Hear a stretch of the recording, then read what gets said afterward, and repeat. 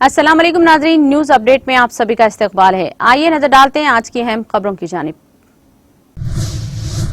हरियाणा के सिंगू बॉर्डर पर जुमे को एक नौजवान का बेरहमी से कत्ल का मामला सुप्रीम कोर्ट जा पहुंचा।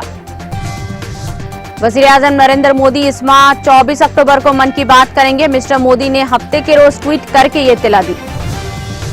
कांग्रेस सदर सोनिया गांधी ने पार्टी में कुल वक्ती सदर के लिए तंजीमी इंतखाबात कराने का मुतालबा करने वाले लीडरों को मुंह तोड़ जवाब देते हुए कहा कि कांग्रेस वर्किंग कमेटी ने इन्हें 2019 में जो जिम्मेदारी सौंपी थी, इसमें वो सबको साथ लेकर चली हैं और पार्टी को मजबूत बनाने के लिए इन्होंने इस जिम्मेदारी को बखूबी अदा किया है।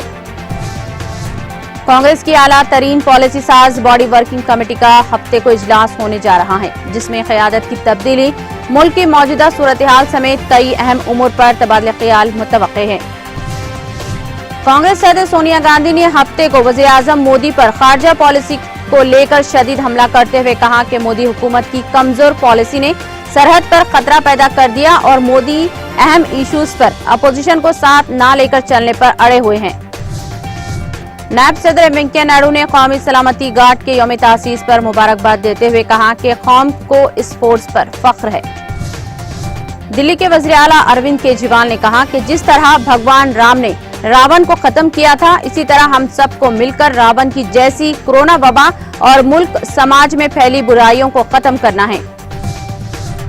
बीजेपी ने जुम्मे को किसान लीडर राकेश टिकैत को दिल्ली हरियाणा सरहद पर सिंगू बॉर्डर के करीब किसानों के धरने के मुकाम के नजदीक एक नौजवान के वहशियाना कत्ल का जिम्मेदार ठहराया। एम्स की एक खातून डॉक्टर के साथ एक सीनियर डॉक्टर के जरिए इज्जतदारी का मामला सामने आया। पुलिस मुलजिम सीनियर डॉक्टर की तलाशी में है।